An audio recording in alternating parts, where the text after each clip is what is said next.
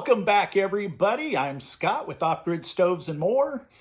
Today's short is how to locate and change out your high limit sensor. Many of you have contacted us and said that you've watched our videos and you realize that you have an issue with your high limit sensor, and this is how we're going to get to it and locate it. Alrighty, so let's get right to it so it's fast. So the first thing that we're going to do is we have to take off the side panel in order to access the right side of the stove, like you can see here, which the high limit sensor is right behind that panel. So the first thing that you're going to want to do is you're going to want to go inside of your hopper. You see those four screws there? The two center screws, you can see the tab there that's popping through. The screws are holding on. Take those screws out, and your panel, you can grab it and pull that tab out, and then your panel will just tip off.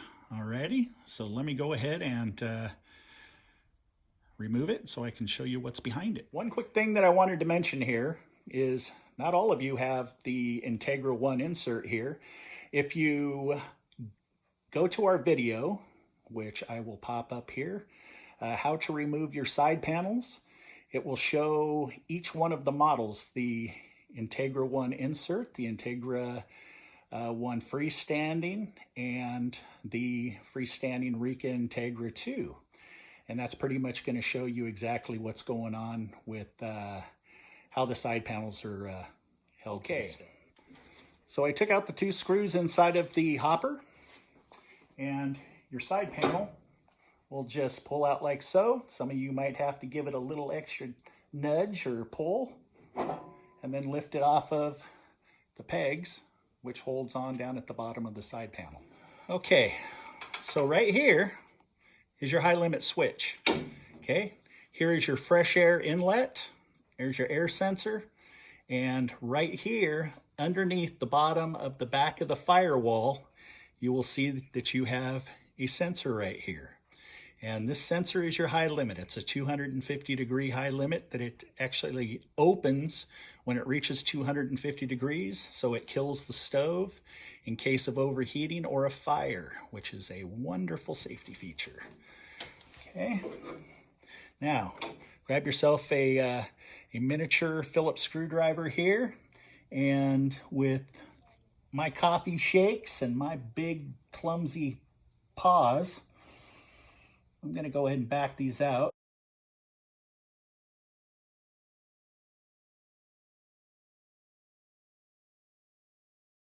And there's two. Okay. That's how easy it is to swap out your high limit sensor.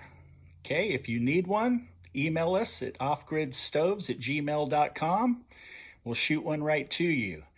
Now, this is part of another video for troubleshooting, but if you go to the high and low limit snap disc video, you will learn all about the switches and what they do and how to bypass them in order to test the stove and so forth. Okay, there are two different types of high limit sensors out there that are giving people fits, and that is the high limit sensor that we try to always sell. We did have a short time to where we were out of these sensors that we try to always sell, which, as you can see here, has a flat face. Okay, no protrusion.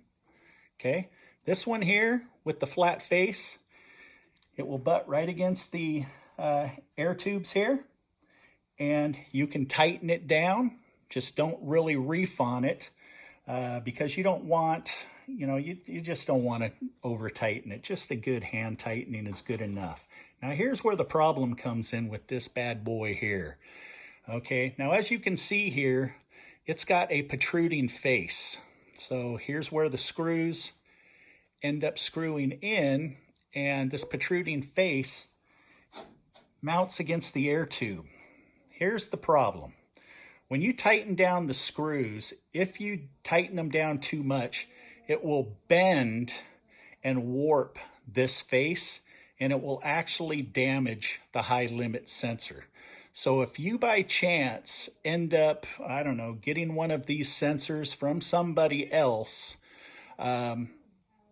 you do not want to tighten this down. You want to tighten the screws just enough to hold it into place where it's not going to fall off, but do not bend these little tabs here because it will damage the sensor. And then what happens is here's what happened recently. A customer contacted us. They got a new sensor, not from us. They didn't get one of our flat face. They ended up getting this protruding face here, which we have sold them out there. But when we do sell them, we inform everybody not to bend these tabs, to install it loosely to where you'll actually be able to wiggle it. Okay, so a customer calls us up, says, hey, I got a high limit, you know, it's got the parameters of the high limit to 250 degree, and when I put it in, my stove would not start up. It's just dead. Okay, so what happened was he cranked these down, he broke this sensor, he damaged the inside, and it killed his stove because it's acting as though the stove overheated and it opened the circuit and it forced it to stay open. Open means a broken circuit. Closed means a continuous circuit. Alrighty. So he didn't know what was going on. So he got a hold of us. We sent him a new flat face, like so, and he put it on and all was well. So there's a quick little tip out there. All right, guys. So anytime you work on your stove, please be sure that you unplug it and make sure that you do not pull on any wires. Now, the small wires that are connected to these sensors, try not to pull on the wire. Try to like grab some needle nose or so forth and grab the metal portion of the wire that connects to the sensor and pull it off that way. I've had several individuals just grab the wire, pull it, and they pulled the connector part of the wire off, and it ended up staying on the sensor, and then they had a bare wire left in their hand. So just be careful there. Okay, guys, thank you very much. You guys stay safe out there. Peace.